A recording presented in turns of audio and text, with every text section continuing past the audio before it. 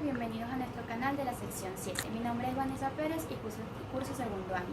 En este nuevo video les estaré hablando sobre las generalidades de la fisiología cardíaca. El corazón está situado en el tórax, por detrás del esternón y delante del esófago, la aorta y la columna vertebral. A ambos lados de él están los que son los pulmones. El corazón descansa en el diafragma, músculo que separa las cavidades torácicas y abdominales. Este se encuentra en una bolsa denominada pericardio. El pericardio tiene dos hojas, una interna que está sobre la superficie cardíaca y otra externa que está fijada a los grandes vasos sanguíneos que salen del corazón. Dichas bolsas tienen una poca cantidad de líquido al momento del roce cuando late. La superficie más externa del pericardio está fijada a la estructura próxima mediante ligamento. Por esta razón está unida tanto al diafragma como a la pleura pulmonar y a la columna vertebral. Cuando el corazón late, emite una cantidad habitual de 60 a 90 mililitros de sangre hacia los vasos sanguíneos. El peso varía según la edad, el tamaño y el peso corporal. Así se considera que el peso del corazón es de 0,45% en peso corporal de un hombre y de 0,40% el peso corporal en la mujer. De tal modo que en un adulto de estatura media, el peso del corazón oscila de 250 a 350 gramos del hombre y 200 a 300 gramos en la mujer. Los vasos encargados de llevar la sangre al corazón son la vena cava superior e inferior y la vena pulmonar. Y los vasos encargados de expandir la sangre son la aorta y la arteria pulmonar. Por otro lado, está formado por dos bombas separadas. Una es el corazón derecho, que consta de una aurícula en la parte superior y un ventrículo en la parte inferior. A la aurícula llega la sangre no oxigenada, que es la venosa, que pasa a través de todo el organismo a través de la vena cava, tanto superior como inferior, que desemboca de ella. Dicha aurícula se comunica con el ventrículo a través de la tricúspide. Esta válvula permite que el oxígeno llegue hacia los pulmones.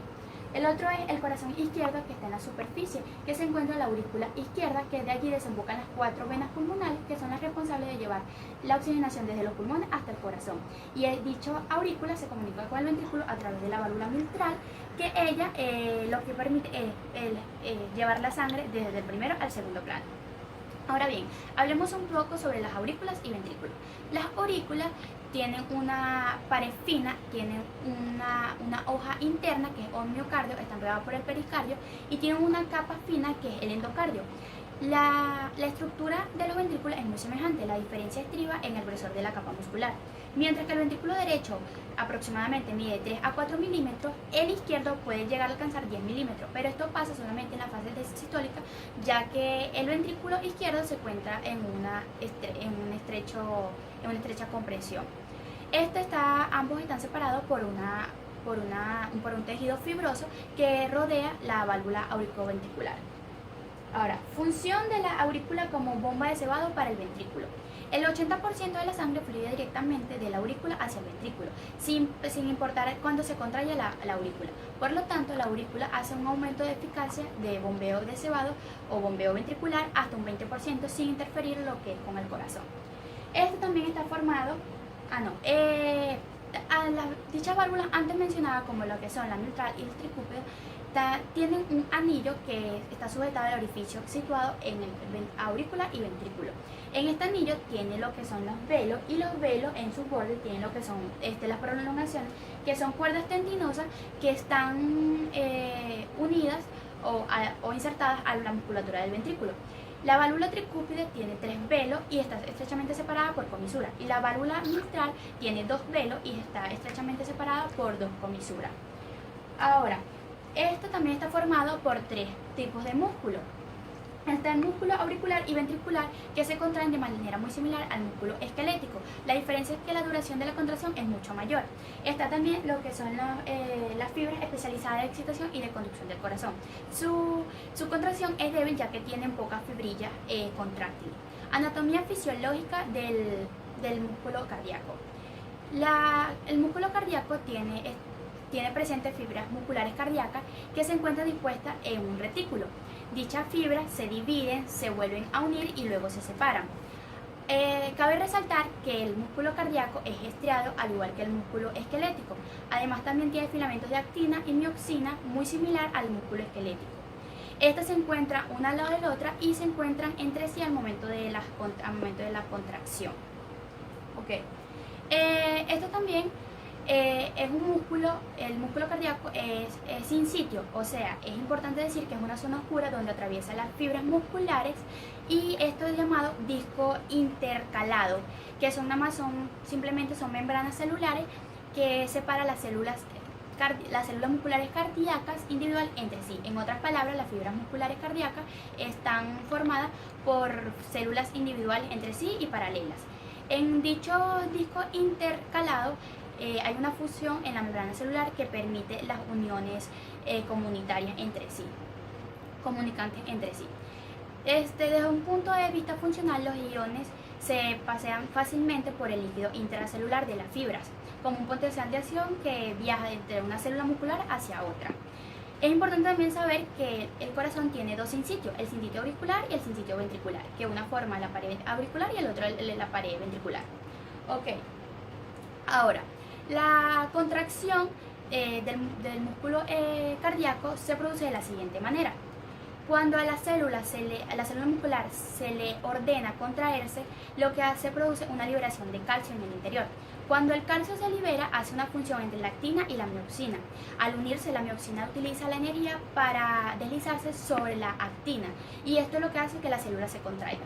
Para relajarse, debe salir el calcio de la célula muscular, y luego lo que ocasiona es que la miosina y la actina se separen, y así produce lo que es el proceso de relajación. Esto sucede muy habitualmente y gracias a la unión comunitaria entre ellas. Ahora voy a explicarle un poco sobre la regulación cardíaca. Él depende del sistema nervioso autónomo, que tiene dos componentes. Su control no es voluntario. Este depende de dos componentes, que es el sistema simpático y parasimpático. El componente simpático lo que hace es aumentar la frecuencia cardíaca, o sea, las pulsaciones por minuto, y también la fuerza de las contracciones. Mientras que el parasimpático hace todo lo contrario, o sea, disminuye la frecuencia cardíaca y disminuye la fuerza de las contracciones. También hay que saber que es importante saber el ciclo cardíaco. Estas son dos fases.